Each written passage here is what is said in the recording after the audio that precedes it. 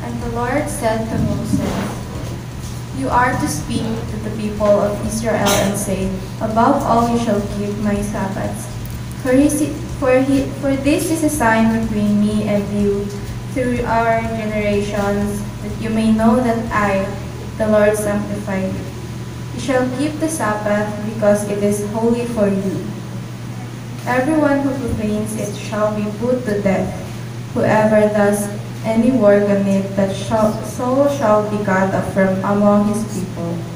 6 days shall work be done, but the seventh day is a Sabbath of solemn rest, holy to the Lord. Whoever does any work of the Sabbath day shall be put to death. Therefore the Lord of Israel shall keep the Sabbath, observing the Sabbath throughout their generations, as a covenant forever. It is a sign forever between me and the people of Israel that in 6 days the Lord made heavens and earth, and on the seventh day He rested and refreshed." Pagpili ng Diyos ang pagbasa ng kanyang salita. Salamat sa Diyos.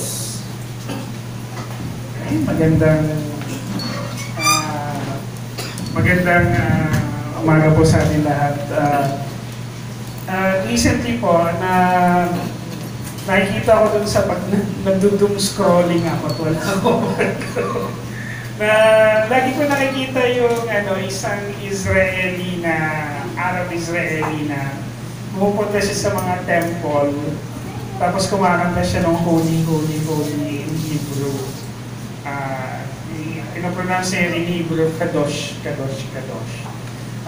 So today, pag-aaralan po natin ang name of God, Jehovah Mekodeshkem, the God who makes us holy. So, Exodus 31, 12, 17, nakita naman po natin that it was referencing to Sabbath, but at the same time, it was also referencing to holiness, to God's holiness. So, some of the things na pwede po natin maintindihan, gusto ko lang po mabigyan natin ng context yung Exodus 31. So, the book of Exodus, dinaanan po natin ito.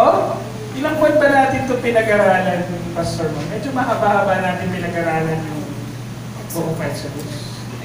Oo. Medyo matagal natin Pandemic. Ay, hindi ba? Leviticus pala. Leviticus. So, yan naman sa Old Testament natin. Meron tayong series for Old Testament. Medyo matagal. Pero gusto ko lang pong bigyan ng context, yung Exodus 31. Exodus, ito yung pag-alis nila sa Egypt.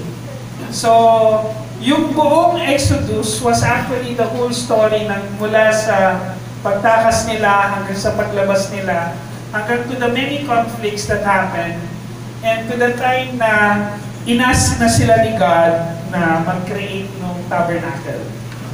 So,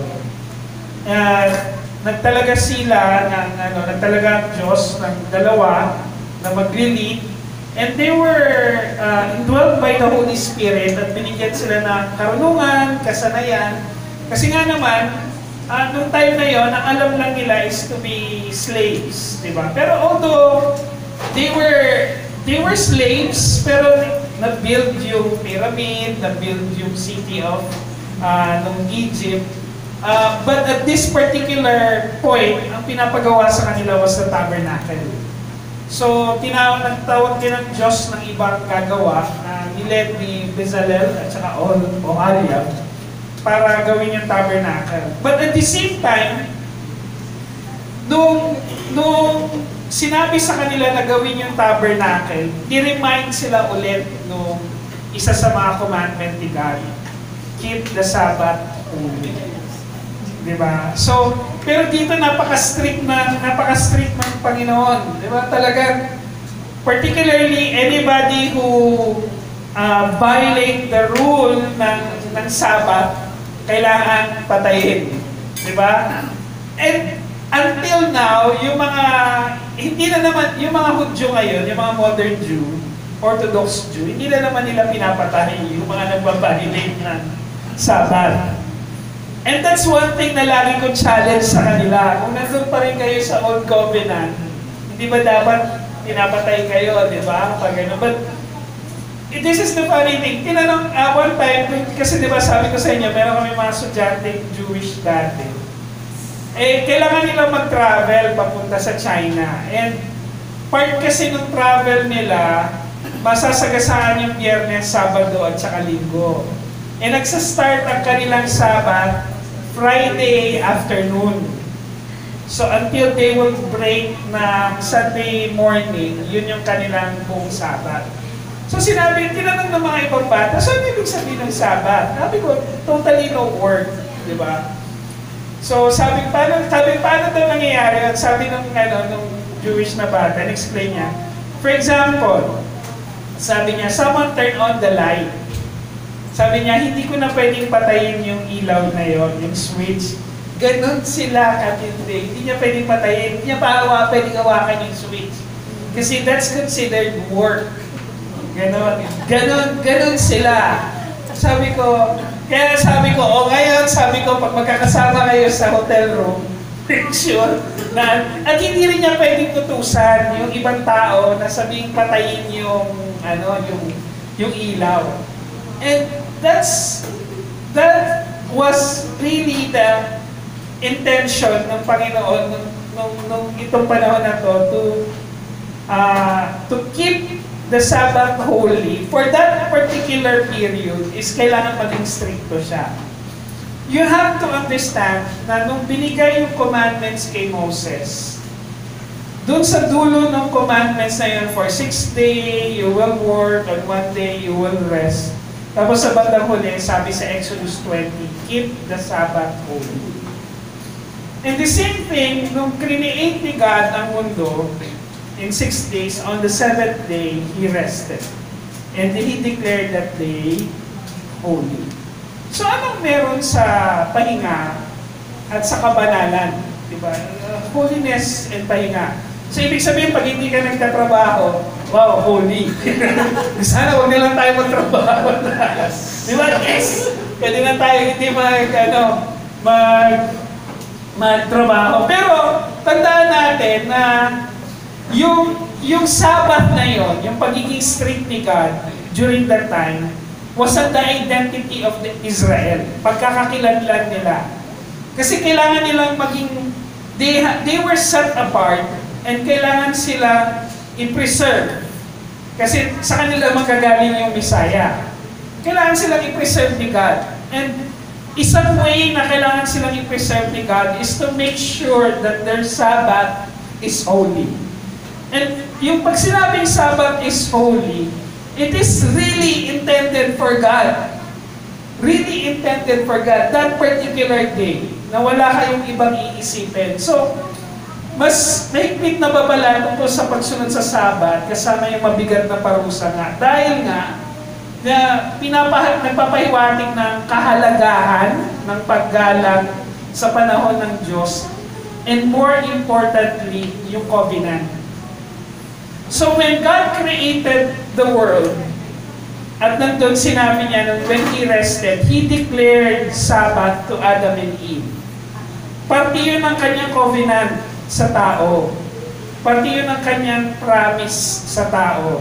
Parte yun ng kanyang creation, parte yun ng kanyang character. Kaya hindi yun dapat i-violate. And until to the time that the Messiah will come, diba? Hindi naman sinabing i-violate na natin dahil mga Kristiyano na tayo. Pero it is on a different covenant na ang covenant natin ngayon was actually fulfilled through Christ. So, tanong natin, yung pangalang Mekodishkem, you have to understand na ito yung pinakamalapit na Romanized letters para ma-pronounce yung salita. But that's not necessarily the spelling. Kasi yun yung sa Hebrew, wala naman siyang, di ba, nang pinag-aralan natin yung alphabets, Hebrew alphabets, ang kanyang representation sa English ay by sound. Di ba? So, pero ang actual meaning nun is Kadosh, or actually sa ibang writing, K-O-D-A-S. Pero what is important is how it is pronounced. Okay, kung paano siya binibigkas. Katulad halimbawa ng Yahweh and Jehovah, basically it's the same spelling, sa Hebrew characters, sa Hebrew letters, pero magkaiba natin pinopronounce. Pero ang ibig sabihin lang nun is kadosh. Ibig sabihin is to sanctify, to make holy, to set apart, to dedicate, para ibigay sa Panginoon. So naiintindihan natin na yung pag-declare ng Diyos ng Sabat is pagbibigay sa sarili natin to set apart para sa Panginoon. Kaya importante na tayo, rested tayo dun sa idea ng worship. Ibig sabihin, so alam natin na pag sumasamba tayo, we're dedicating ourselves. Technically, we're not making ourselves holy kasi we were already declared holy and righteous through Christ. Pero ito yung pagsasanctify, pagsaset apart natin sa sarili natin para dun sa purpose ni God. Kung ano ba yung para sa atin. So, the name signify God as both the commander. Ibig sabihin, kung ano yung dapat mong gawin to your rest, at the same time, the source of our holiness. Ano ba yung daan patungo sa kabanalan? Siya ang nagbibigay ng rule na yon, wala nang iba. And kung pagbabasihan natin sa New Testament, the Greek word is hagios, which is basically the same meaning. Again, nung sinulat kasi yung New Testament, nung nire-write siya, was actually in Greek. Di ba? So, pero, yung context at saka yung concept was actually the same thing. Kasi nung sinabi ni Peter yung be holy for I am holy, when he quoted that is in Leviticus. And it was written in Greek and it is basically the same meaning. Be holy for I am holy. So, ano ba ang perspective ng mga Pinoy pagdating sa kabanalan? Di ba? Alam niyo yung popular song na banal na aso, santong kabayo. Di ba? Meron tayong stigma lagi pag sinabi nating banal. Diba? And for us who came from the old religion, ang word na banal is most of the time reserved sa mga bagay na sanctified para sa isang religious ritual. Simbahan, banal na misa, banal na tubig, diba? Holy water. And at the same time, certain places, images, altar, in even certain positions. Kaya nga sinasabi namin sa inyo, hindi kami naiiba sa inyo. It is the same salvation that we have. Pero kasi sa old religion, ipinapakita dito na yung sinasabi na yung kabanalan is reserved sa mga nagsisilbi sa church o yung binigay, di ba? Anong tawag natin sa Santo Papa? The Holy Pope, di ba? The Holy Pope. Diba? Holy, the whole. Pag nire-refer sa kanya, your holiness. Diba? Yun yung kanyang, yun yung kanyang title. Yun yung kanyang title. So, most of the time, yung stigma natin sa holiness is always measured by actions. Diba? Yung attending mass, fasting, wearing of white, avoiding mga bawal, gagawin yung mga bawal. So, mga kapatid, we have to remember this, na tanda ng kabanalan, yung pakikipaglaban natin sa matuwid, yung maging matuwid, hindi para sa pabor ng Diyos. Okay? Again, we will go back to that basic. Hindi para sa pabor ng Diyos. Pero, gagawin mo mga bagay na to dahil payapa ka sa puso mo, dahil lang sa kaligtasan na meron ka. You understand your salvation through Christ. Sabi nga rito, we are not sanctified. Sorry, favorite ko kasi talaga si Charles Spurgeon. Sa dami niya nang naisulat, hindi ako mauubusan ng mga bagay na i-quote sa kanya. Diba? Meron yung kasama ko sa office, meron siyang baso na may picture ni Charles Spurgeon. Doon sa mug niya, na ginagamit niya pang kape. Tapos sabi nga nila, sabi ko, natuwa siya, so you know this guy? Sabi ko, of course, I know that guy. Sabi ko gano'n. But the rest of the people here, they don't know this guy. Sabi niya gano'n. Sabi ko, of course, I know that guy. Sabi ko gano'n. But sabi nga ni Charles Spurgeon, we are not sanctified by trying harder, but by trusting deeper. So yun yung sinasabi ng Sabat. Na yung unang gagawin mo sa Sabat, ganoon din yung gagawin mo sa kaligtasan. Anong una mong gagawin? Magtitiwala ka. Kailangan mong huminto. Kailangan mong magpahinga. Kailangan mong sumamba. Kasi kay nagtitiwala ka. Di ba? nagtitiwala ka dun sa pagliligtas ng Diyos. And no more, no less. Nagtitiwala ka dun. And that's how we keep our Sabbath. And the reason why you are here, that we offer our life into listening to God's Word, worshiping together, is because nagtitiwala tayo dun sa holiness ni God. Nagtitiwala tayo na hihinto tayo ng ilang oras na ibibigay natin yung oras na yun para sambahin siya. Diba? That's actually the point na kailangan natin gawin. Ikalawang katotohanan, mga kapatid, ang kabanalan ay pinapatatag ng presensya ng Diyos. Diba?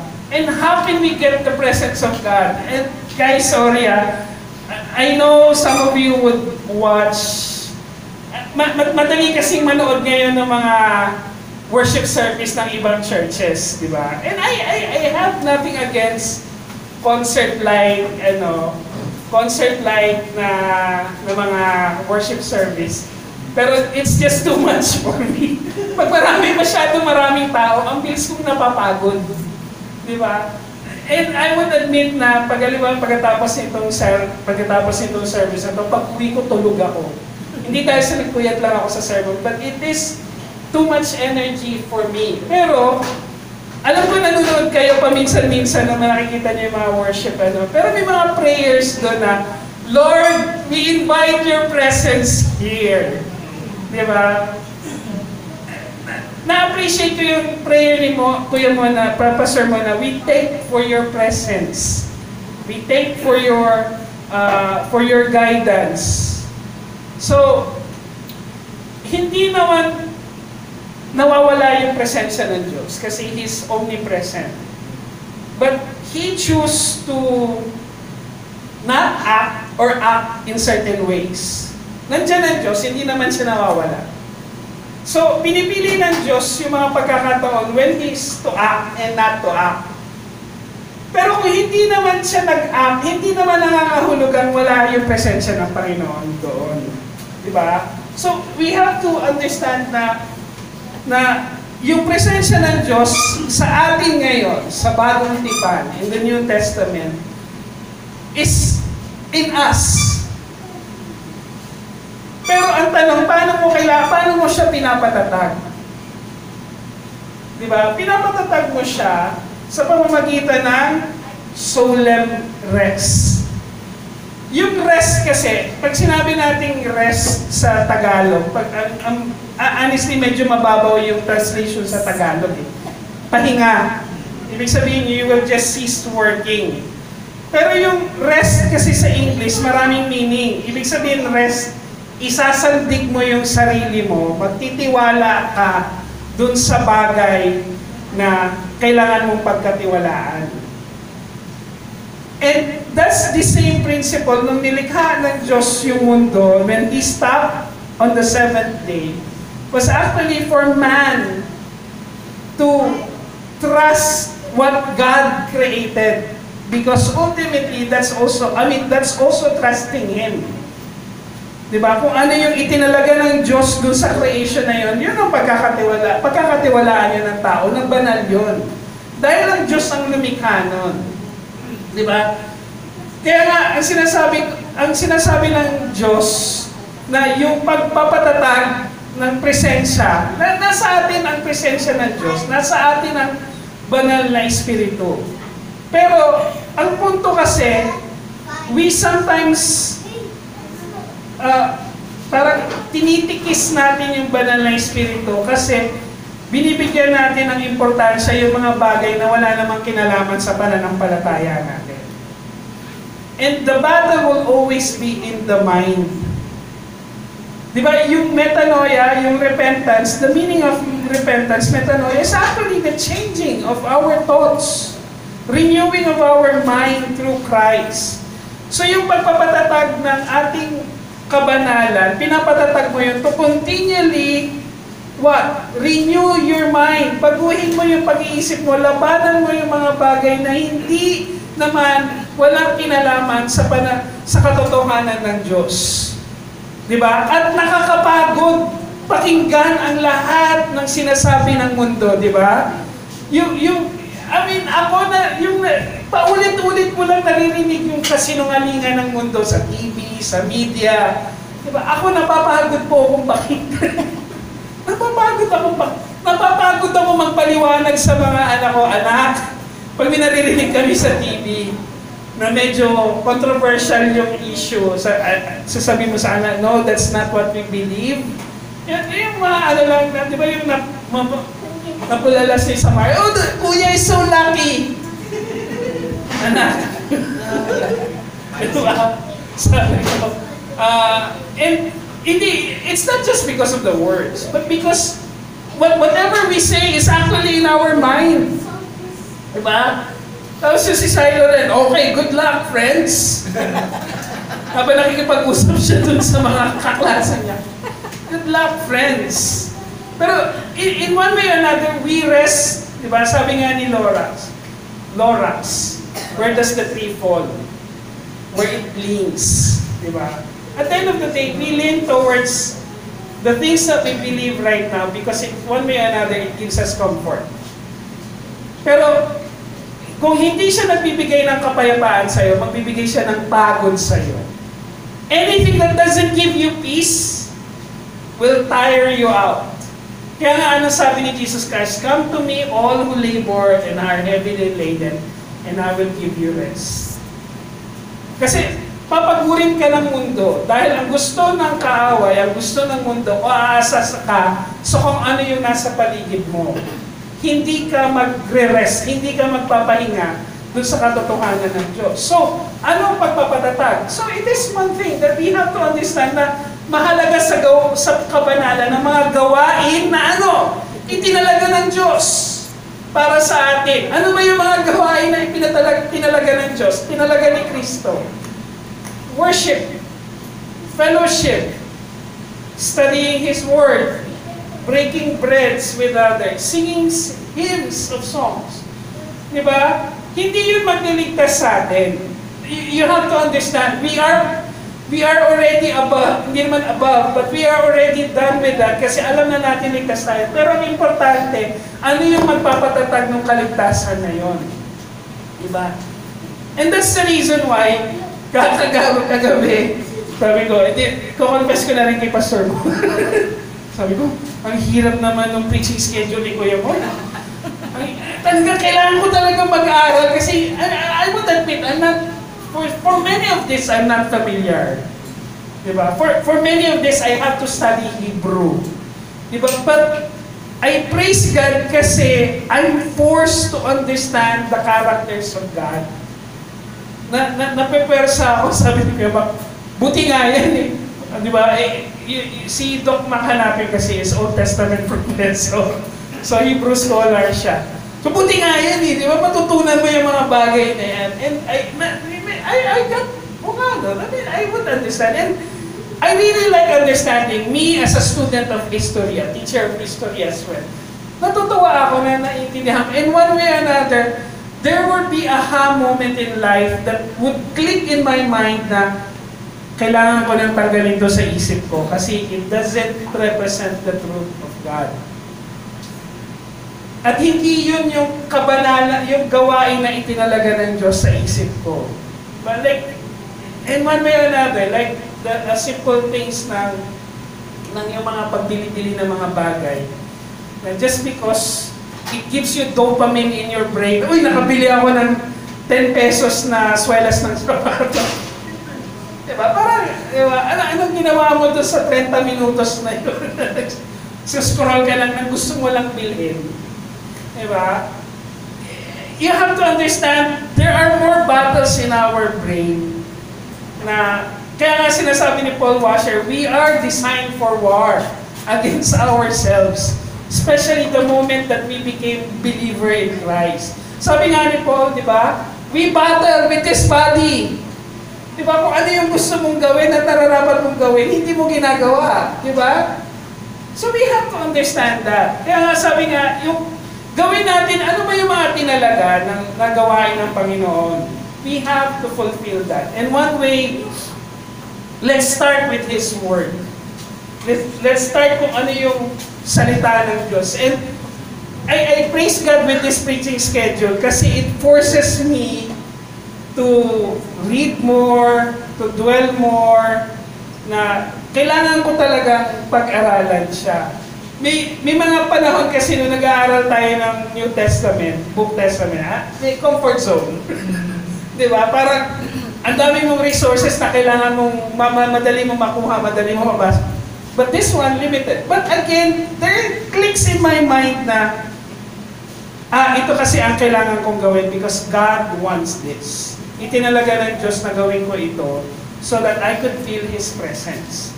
And His presence starts from His words. Because His words are His promises. Diba? Yun din yung pangalan niya. And those things were declared not just because it was people would like to, in the Old Testament would like to declare that, but because those are His promises as well.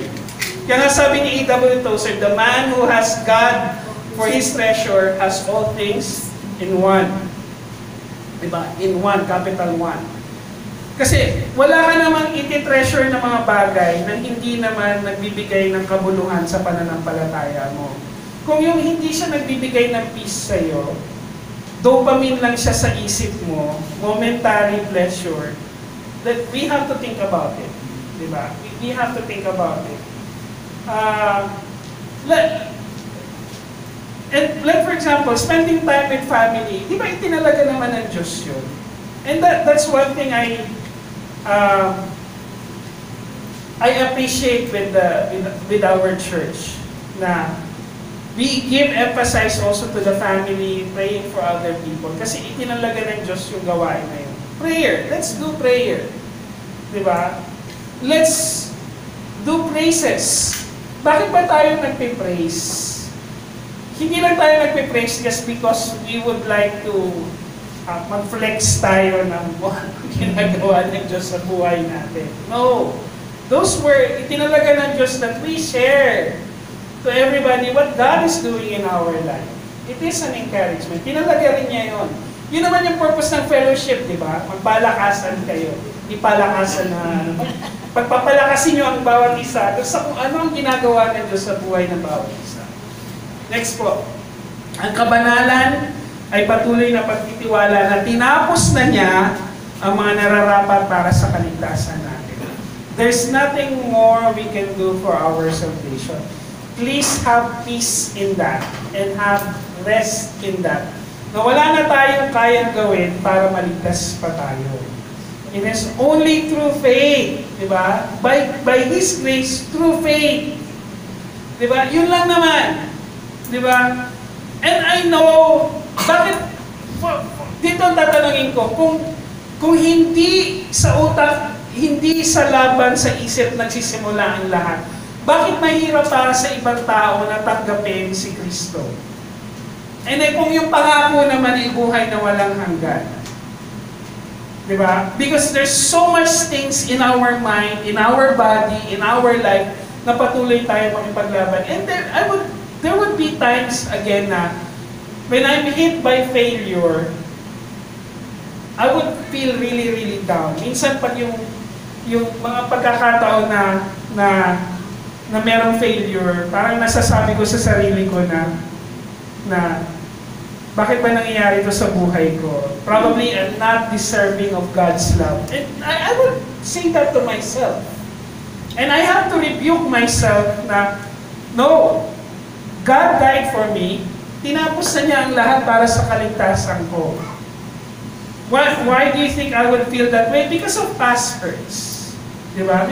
May mga pagkakataon sa buhay ko, sa mga nakaraan, that would push me to disregard what God has already done. Diba? Tinapos na niya yun. Pinatawad na niya tayo. And for most of the time, si Satan ba, ano ba trabaho niya? To accuse us. At i-accuse natin yung sarili natin. Gagawa siya ng paraan na i-accuse yung sarili natin. Unang-una, ganito ang scheme ni Satan o ng mundo to the whole thing. The whole world will make us feel good. Diba? Will make us feel good. Things that we believe na comfortable, na entitled tayo. The moment na hindi natin makuha yon, anong gagawin natin? We will doubt ourselves, we will doubt our salvation. Diba? We will even doubt kung dapat ka bang nabubuhay ka sa mundong ito. Diba? Sabi ko nga sa inyo doon sa past preaching ko, yung awareness natin sa mental health ngayon, napakataas na. Samantalang dati, sinturon lang ng nanay mo mental health issues mo. Diba? Pag binuli ka, sasabihin sa'yo ng nanay mo, huwag kang uwi rito na umiiyak ka, papaluin kita. Binuli ka na nga sa eskwela, bubuli. Diba? So, but again, our self-worth is not measured by the things that we are entitled to, because we are not entitled to anything. Whatever we have in our faith right now is actually given exclusively through our faith by the grace of God. Diba? Walang ibang paraan. Kaya huwag natin pagdudahan yung kaligtasan natin. Sabi niya, bakit in-institute ni God yung Sabbath as His holiness? So that it will be a sign forever between me and the people of Israel. Kasi kailangan niyang i-preserve yung Israel. That in the 6 days of the Lord made heavens and the earth, and the 7th day He rested and was refreshed. But this is a foreshadowing ng pagdating ni Kristo. Pagpapakilala ng darating na tagapagligtas. Diba? Kasi yung Old Covenant, sinasabi yun na kailangan ko kayong i-preserve. Kailangan ko kayong i-preserve kasi sa inyo manggagaling yung tagapagligtas. Diba? This is a fulfillment of God's promise. This is the foreshadowing of God's promises through Christ. And sabi nga sa Hebrew, so then there remains the Sabbath, rest for the people of God. For whoever has entered God's rest. Again, babalikan natin. Hindi mo naman maiintindihan yung kabanalan niya. Hindi mo pipiliting intindihin yung kabanalan niya. Hindi mo ipupurso yung kabanalan niya. And you will not rest in His holiness. Not unless what? You have entered God's rest. We enter God's rest through Christ. Diba? Also rested from His works as God did from His. So, kinumplete ni God, huwag natin pagdudahan. Kaya mga kapatid, isang patunay na nagtitiwala tayo sa Kanyang pangako ay kung kaya nating tumigil. We will stop.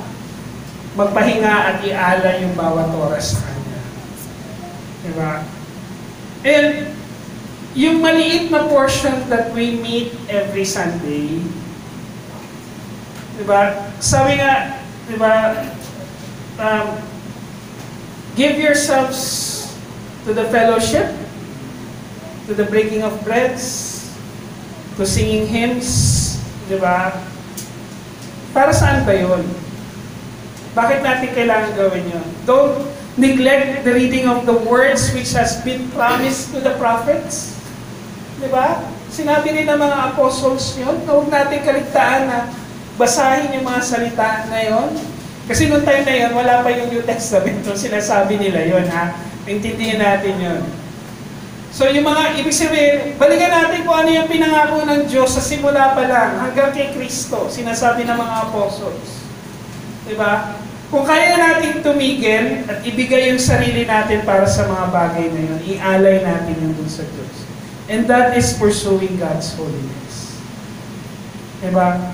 Kaya mga kapatid, just a summary, yung Exodus, this is an observance as a sign of God's covenant. Sanctifying, pag sinabi natin sanctifying, you are being set apart for a specific purpose. So yung deeper fulfillment ng sanctification natin is nasa New Testament. Nung tinanggap natin yung kaligtasan kay Kristo, we are actually sanctified, set apart for His purpose. So rather than just focusing on a holy day, the New Testament revealed that the true rest and holiness are found in Christ Himself. Diba? Who is the commander? And the giver of holiness? Only God. Through His Son, tayo, sa atin. So Jesus redefined holiness. Not as a mere ceremonial. Kasi nung panahon na yon, it was also a ceremonial law para sa kanila. But also what? Relational purity of heart and life. So when we pursue the holiness, when we rest in God's holiness, we also pursue His heart, di ba? Through our life. So true holiness is love in action. Mercy, humility, truth, and devotion to God. And there was an incident nung sabi ko nga sa inyo, a little testimony of holiness. Hindi nangangahulugang mabuting tao ka, you're pursuing God's holiness. But when you pursue God's holiness, kailangan mo maging mabuting tao. Or you intend to be a mabuting tao, a good person. Pero hindi yun naman ang magliligtas sa atin. But it is a testimony of who God is in our life. One time, yung nasa Save More po ako, nakapila ako, ang haba, di ba yung sa Save More, kung kailan maraming tao, dadalawa ang cashier. Di ba? Kasi para mamili ka pa ng maraming. Diba? So merong card dyan na nasa harap ko. Wala naman akong card kasi magbabayad lang ako nung nasa sinulat sa papel na i-claim ko dun sa customer service. So umusog na yung nasa cellphone ako, wala naman akong pakala. Meron ako nakita mga dumadaan-daan sa harap ko, may card dyan, mahaba yung pila. And umusog na. Ang layo na ng card, tapos ang layo na ng kasunod. So ako naman, malay ko ba kung hindi kanina yung card na yon or whatever. So kasi nandun din yung mga staff, nagtatanggal ng mga kung ano-anong siningit na mga ano. Malay ko ba kung doon nila nilalagay. So ako naman umusad. So dahil malapit na dun sa ano, may biglang sumingit sa akin yung may dalang card. So napatingin ako, nagulat ako. Kasi as in talagang yung isiningit niya ng gano'n yung card niya para lang magkahiwalay kami nung nasa harapan ko at saka ako. Sabi niya, tumingin siya sa akin, sabi niya, dito ka ba? Sabi ko, opo, dyan po ako. Tapos, nung sinabi ko, opo, dyan po ako. Sabi niya, ay hindi, kanina pa ako nandito eh. Kanina po. Hindi mo ba ako nakita? Sabi ko, ay, hindi ko naman po kayo. Sabi ko, tapos pero sabi niya, hindi, kailangan mo lang naman itulak, magkawang gawa. Sabi ko, hindi ko naman po responsibilidad na itulak yun. Medyo nagpanting yung tenga ko. Hindi ko naman po napasagot din. Hindi ko naman po responsibilidad na itulak yung pushcart. Hindi naman po sa akin. Hindi, kawang gawa lang naman, pagiging mabuting tao lang. Hit me hard na mabuting tao. You see the entitlement of the world. Hindi naman po, naiinis din ako doon sa situation because it had put me in a situation that I got angry. Di ba? Ang haba ng pinipila mo, maliit lang na papel yung kailangan mong bayaran. Di ba? Parang naiinis sa dami ng korupsyon, ang haba ng lima. Sa meme nga, dami-dami mo na iniisip na padagdag pa. Di ba? Parang ganun yung situation ko. And I reflected on that idea of God's holiness at sa pagiging mabuting tao. And indeed, works will not save us. You have to remember that, brothers and sisters. Let me overemphasize that. Works will not save us. But the goodness in us is also a declaration of the God that we believe. Yung Savior na dinideclare natin sa mundo. Diba? Kaya sinasabi ng laging pamimiloso po ko sa asawa ko na pag yung sa traffic niya, baka hindi na maging Kristiyano. Malay ba niya kung Kristiyano ako? Wala naman nakalagay ng pangalan ng Diyos sa sakyan. Paggawa tayo sticker. Lagay tayo ng sticker. Paggawa tayo sticker, di ba? Palagay tayo ng cross dun sa... But, again, true holiness is love in action. Mercy, humility. Kaya ako sinulat yan. Humility, truth. And I'm also rebuking myself. Yun nga po yung babalikan natin. You will not pursue peace. You will not pursue God's holiness. Not unless you know that you are saved. Diba? and the devotion to God. Diba? Let me close with this, brothers and sisters. You have to remember the call to holiness is not a call to perfection. Okay? But to participation. Babalikan natin. Love in action. Diba? Joining in God's sanctifying work through obedience and what? Rest in Christ. That's our ultimate Sabbath. Rest in Christ. Manalangin.